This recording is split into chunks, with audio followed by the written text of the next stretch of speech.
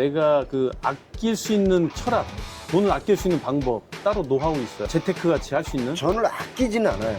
뭐 펑펑 쓰는 사람이 아니기 때문에 원래 돈을 아끼지 않는다는 말의 의미는 쓸 때는 써야 뭘 일일이 계산해서 쓰지 않는다. 예전부터 저는 그랬어요. 그러니까 돈이라는 건 어차피 돌아야 이게 돈인데 내가 쓰기도 해야 또 돈이 돌고 그 돈이 또 더 부풀어져서 나한테 또 오는 거고 써야 또 똑같이 돌고. 그래서 저는 뭐 아끼고 저축하는 것만이 능사는 아니지만 물론 기본적인 것은 아끼고 저축하는 게 맞아요. 그런데 시간 지나면 나에게 투자하는 돈을 좀 써야 된다. 공부를 한다든가 책을 사서 읽는다든가 세상에 날로 생기는 소득은 없거든요. 그러니까 우리나라가 OECD 국가 중에 책을 가장 많이 안 읽는 나라예요. 그러니까 출판업계가 많이 어렵잖아요. 어려워도 출판업계가 계속 출판업을 하는 이유는 그 책 속에 진리가 있기 때문이거든요. 근데 그러니까 책을 한 권 사서 보는 것도 투자고 돈을 쓰는 거죠. 그러니까 책 읽은 사람에게 얘기를 듣는 것보다 내가 책을 읽는 게 훨씬 더 나은 거예요. 일단 책 얘기를 하셨는데 책을 상당히 많이 출간을 하셨죠. 몇 권 정도 지금까지? 글쎄 기억은 안 나는데 뭐 그래봐야 한 6, 7권?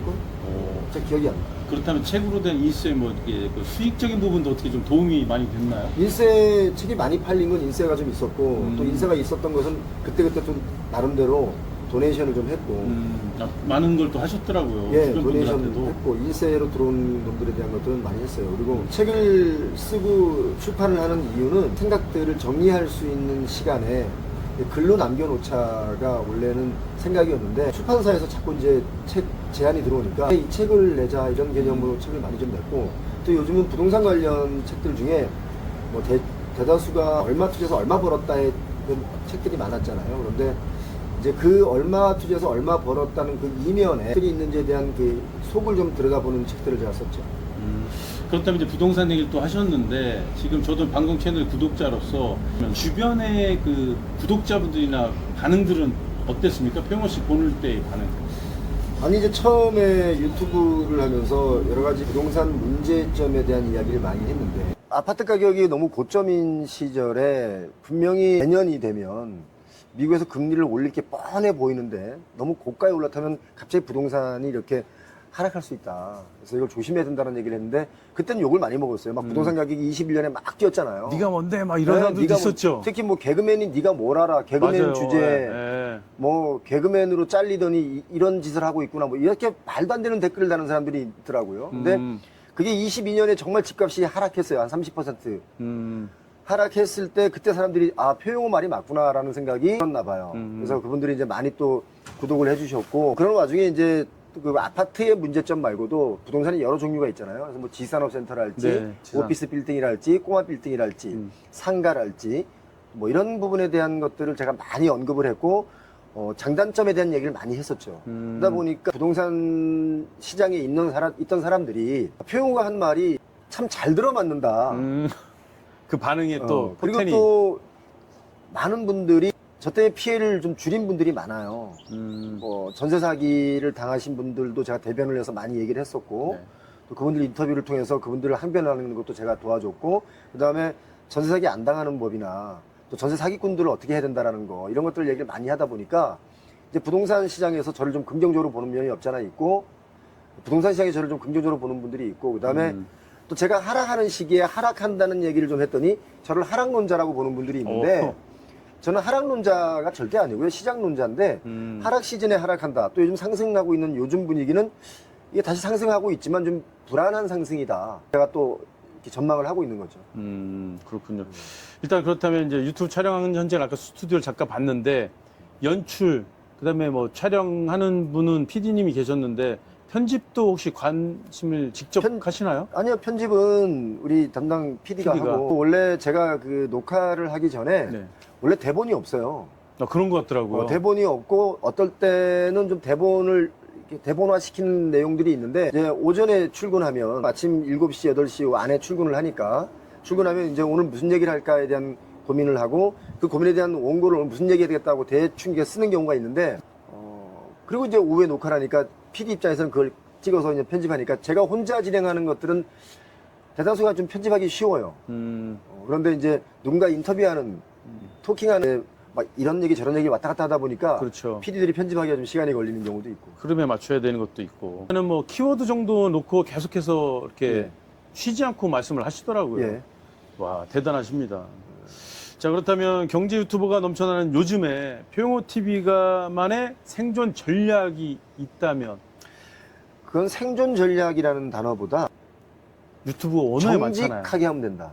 정직하게. 그러니까 뭔가 내 물건을 팔기 위해서 막 안 좋은 걸 좋다고 말하는 거 하면 안 되고요. 오르면 오르는 대로 왜 오르는지, 왜 앞으로 오를 것인지, 왜 내릴 것인지에 대한 그런 데이터들, 그런 자료들, 또 그랬던 근거들, 또 그랬던 사례들, 이런 것들을 정확하게 얘기할 줄 알아야 된다. 그게 생존 전략일 수 있고, 생존 전략이라는 단어보다는 정직한 방송이 결국 남는다. 라는 개념을 좀 갖고 있죠. 저도 이제 구독자라고 말씀드렸잖아요. 저희 동네 오셨더라고요. 그러니까. 제가 운정중앙역 그 부근도 그 GTX가 딱 개통이 되면 거의 집값이 더 뛴다라고 막 사람들이 얘기하길래 네네. 그럴 리가 없다. 이미 많이 뛰어 있고 이미 선 반영돼 있기 때문에 오히려 집값이 하락한다. 라고 했는데 지금 다 하락했잖아요. 야, 정말 이게 표용호가 그냥 개그맨 웃기는 사람만이 아닌 얘기가 많이 들리더라고요. 정확하게. 그렇죠. 이제 표용호라는 사람에 대해서 우리 차성환 씨는 선배니까 개그맨, 뭐 방송하던 선배, 자꾸 이런 시각에 이 프레임을 놓고 저를 보는데 40대 중반 아래 나이에 있는 분들은 네네. 저를 개그맨으로 보는 분들이 일단 없고 그렇죠. 또 그 50대, 60대 되신 분들은 저 사람 방송하던 사람인데 라고 생각하는 분들이 많이 있지만 네. 지금은 거의 부동산 관련 일을 하고 있는 사람으로 저를 알고 있죠. 부동산의 대부로 알려져 있어요, 요즘에. 대부 이런 건 말도 안 되고 저보다 훨씬 선각자 선배분들도 많이 계세요. 그냥 어느 그 카르텔에 제가 속해 있지 않기 때문에 저를 그 부동산 업계에서는 저를 좀 약간 어려워한대요. 그래서 왜 어려워하냐 했더니 제가 어떤 카르텔에도 소속이 안 돼 있거든. 그렇죠. 어떤 집단이 아닌 개인 독자적으로. 그러니까 그분들이 저를 만나려면 누군가 손을 타서 이렇게 소개로 와야 해서 저를 만나야 되는데 소개받을 사람이 없는 거예요. 그렇겠네요. 그러다 보니까 자기들이 핸들링이 안 되는 그러니까 그런 사람인 거지. 원래 또 아니에요. 핸들링 한다고 된 사람이 아니잖아요. 성격상. 네. 내가 오늘 방송할 때도 네. 뭐 불합리한 거에는 PD와 싸우고 방송도 안 했던 사람이에요. 저는 잘 알고 잘 있습니다. 알고 있을 거 아니에요. 네네. 네. 아주 대쪽 같은 그런 선배님이셨죠, 진짜. 뭐, 예. 대쪽이라기보다는 그냥 개쪽이지 뭐. 자, 이제 유튜브 채널 운영하는 사람들 인터뷰하는 채널이다 보니 구독자분들이나 이런 분들이 아주 상식적인 걸 궁금해하는 분들이 많아요. 예, 말씀하세요. 지금 78만 넘어 이제 거의 뭐 80만이 가까워지고 있는데 그렇다면 수익도 엄청나게 돈을 버는 거 아니야? 채널에 대한 수익도. 채널에 대한 수익이 엄청날 있죠. 거라고 생각합니다. 엄청나다고 하는 건 말이 안 되고요. 네. 수익이 있어요. 저는 그 수익이 조금씩 늘어나면 저희 스태프들을 좀 더 한 명 한 명 이렇게 더 채용을 하는 중입니다. 그리고 그렇다고 또 마냥 채용을 늘릴 수 있는 것도 아니죠. 왜냐면 이게 기복이라는 게 있잖아요. 그쵸. 편차라는 게 있고. 네. 그러면 나중에 또 감당 못할 직원 수가 많아지면 그것도 너무 또 그쵸. 어려워지기 때문에 적정선에서 그렇게 지금 늘려가고 있는 중이고 더 수익을 창출하려고 막 더 기를 쓰고 하지는 않습니다.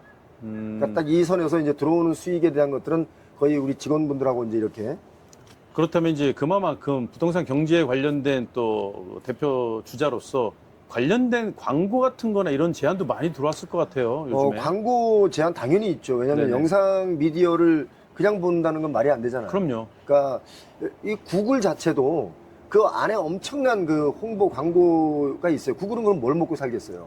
그렇죠. 리고 뭐 우리 지상파 방송, 케이블 방송들 다 그 안에 광고가 있잖아요. 네, 광고 근데 수익으로 가죠. 유튜브는 그 정도의 광고는 아니지만 광고 제한도 많이 오고 있죠. 근데 할 광고가 있고 안 할 광고가 있잖아요.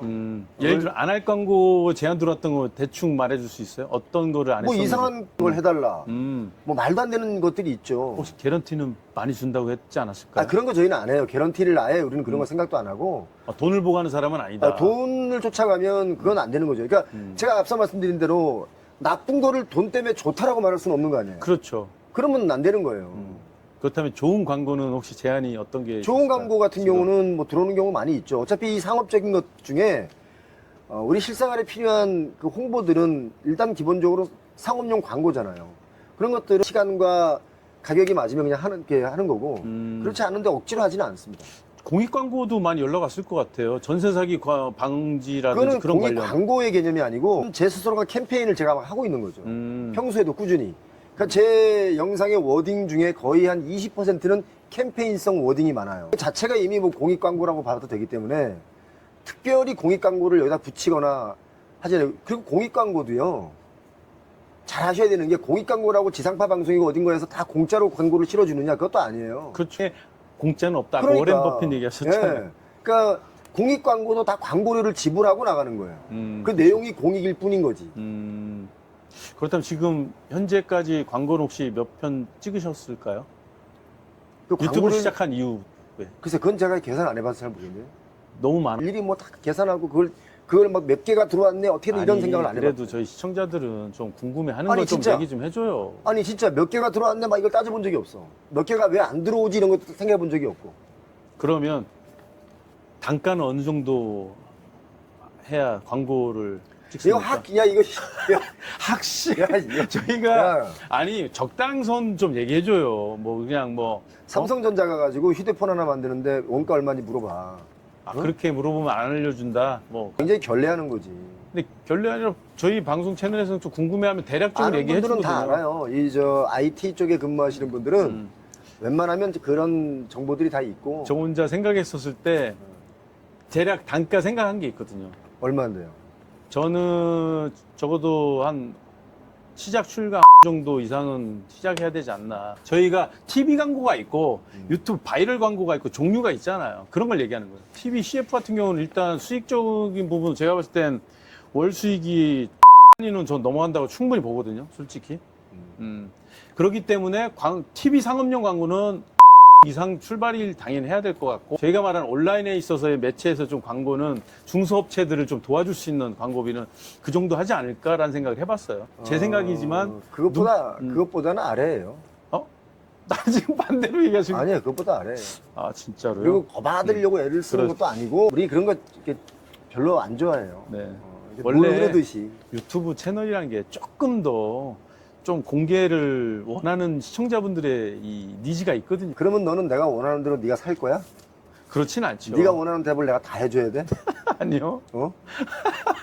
어? 아 여러분 뭐 아무것도 저 지금- 없이 와가지고 있는 그대로 얘기를 다 해달라고 그래. 또 애청하는 우리 구독자분들께 한마디 해주시죠.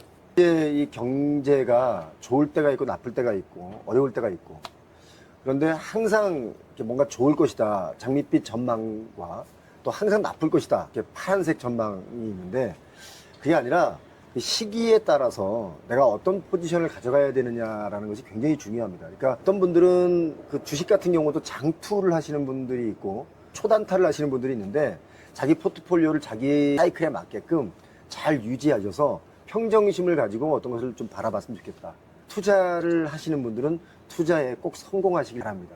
특히 표용호 TV를 구독하시는 분들은 여러 가지 경제 지표 중에 리스크적인 부분, 또 상승할 수 있는 그 업되는 분위기, 이런 것들에 대한 얘기를 많이 나누기 때문에 표용호 TV를 아직까지 구독하지 않으신 분들이 많지 않습니까? 그분들 표용호 TV 오셔서 구독, 좋아요, 알림 설정 요거 해두시면 여러분 살아가시는데 경제적으로 조금 더 도움이 될 것 같습니다. 그리고 유터뷰라고 이 채널도 많이 사랑해 주시면 고맙겠습니다. 왜냐면 이 친구가 참 어렵게 갑자기 동종으로 가시면 어떻게 해요? 동정이 아니고 있는 그대로. 네? 우린 동정 이런 거 있는 그대로. 얼굴은 좀 단단하게 생겼는데 아무래도 이제 얼굴이 다야. 그러다 보니까 이제 여러분께서 유터뷰 이거 여기도 많이 좀 사랑해 주시고 또 더 열심히 활동할 수 있도록. 왜냐면 능력이 있는 사람들에게 잘한다라고 하는 칭찬의 그 한마디 이게 또 더 잘할 수 있는 계기가 되기 때문에 자 오늘 유튜브에 흔쾌히 응해주셔서 대단히 고맙습니다. 뭐 아쉽게 뭐 이렇게 끝난 것 같지 않아요? 부동산은 조심히 다뤄야 해요. 그렇죠. 우리가 가진 돈의 굉장히 많은 부분이 부동산이잖아요. 그렇죠. 굉장히 조심해서 다뤄야 할 부분이 부동산. 고맙습니다.